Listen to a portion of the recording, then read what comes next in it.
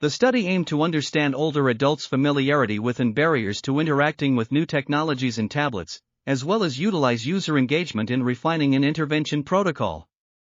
18 novice tablet users participated in discussions about their perceptions of and barriers to interacting with tablets.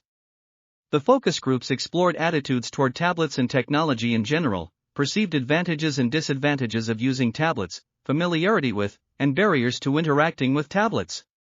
The themes that emerged were related to barriers, disadvantages and concerns, advantages, and skepticism about using tablets and technology in general.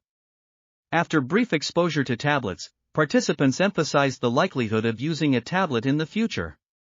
The findings suggest that most of the participants were eager to adopt new technology and willing to learn using a tablet, but they voiced apprehension about lack of clarity in instructions and support. Understanding older adults' perceptions of technology is important to assist with introducing it to this population and maximize the potential of technology to facilitate independent living. This article was authored by Eleftheria Vaportsis, Maria Giazzi-Clausen, Alan J. Gao, and others.